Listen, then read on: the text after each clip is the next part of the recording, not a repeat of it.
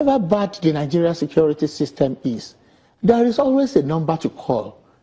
You have the duty to have the number of your local DPO. Forget about whether you have trust or confidence in the policing system or not. But it is your duty. Don't wait until the day something happens before you start going there in a hurry. Have the number of your DPO, have a diary in the house. If you report an incident to your DPO, log it, one sentence in your diary. If that incident leads to something very, very ugly, that document that you created can be used to nail that DCO for negligence of duty. And I think we also need to ensure that we weigh the type of money we spend on security. I've seen people that put electric automated gates that lock them into the house, and when they needed help, people couldn't get in. I've seen people that put electric cables around their fences, and it is them or a member of their family that got electrocuted. But if we can come together as a community, you live in an estate, you live in an open street, you live in a blocks of flats, make up your mind today to make security review and continuous review a point of duty. I also want to appeal to schools. Apart from having your CSO, I think with the current situation of security in Nigeria, there is nothing bad in having a security prefect.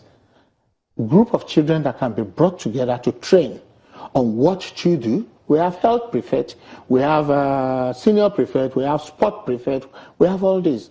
Let us create security prefect that could be trained on what to do, and let us train them a little bit on what they can continue. You see, having a brilliant security package is not something that happened at once.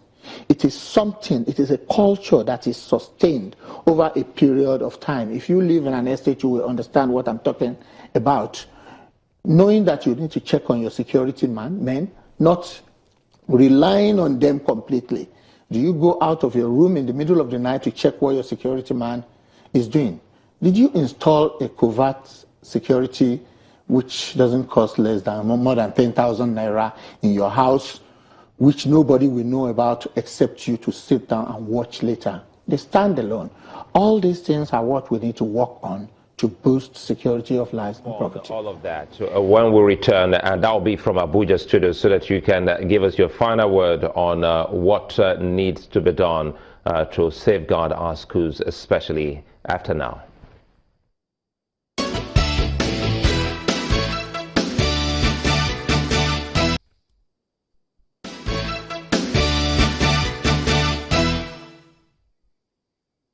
Olatunbosun Abolarinwa is still with us here in the studio. Well, you heard the testimony of one of the kidnapped victims who was recently released in the Sherry area of Lagos.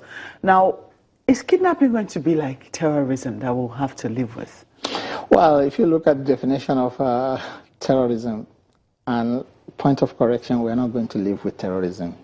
We've had serious security issues that went. By the time we get it right, that is when we finally get it right, terrorism is going to be reduced, not eradicated, because it's a global phenomenon. It's not limited to Nigeria. There is a pattern to every kidnapping situation. You understand? We have kidnapping in the city, where you'll be taken in the city, kept in the city, drop ransom in the city. But the type of kidnapping that has been happening in the riverine area is kind of specific.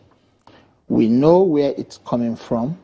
And the information available to me says that it is 45 minutes by speedboat between Lagos and Bayelsa on the high sea. While between Lagos and Ondo, the riverine part of Ondo going through Ijebu, Epe, it's like 25 minutes. Okay. Can the Navy put up a robust patrol of this area, or should we leave it? That is one. Should we start to empower all the community that are living in this area? Should we put a media in place? Should we put a signal or a trigger point in place for this community? You see, police cannot be everywhere at every time. They are not specialized. They have a specialized marine police, But they are not specialized to go into the IC and start shooting at people that knows how to swim for more than 3 hours, even if you take out their canoe or their speedboats. So we need to look at it holistically to see what we need to put in place. Are we going to be patrolling the air along this area? Is it feasible? Is it sustainable? Do we want to have an helicopter in the night that goes around, beaming light, taking body heat to know if there is a movement at odd hours?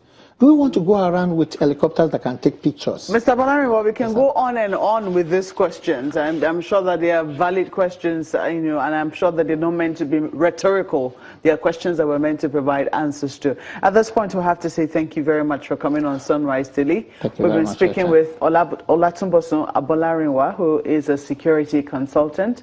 Sunrise Daily. Well, that will be it for Sunrise Daily coming from Abuja here. Thank you for watching. I'm Maokbe Ogun. Many thanks, Maokbe, and many thanks for watching. I'm Sulaiman Alede. Thank you for watching. I'm Neo Taigbe. Have a good day.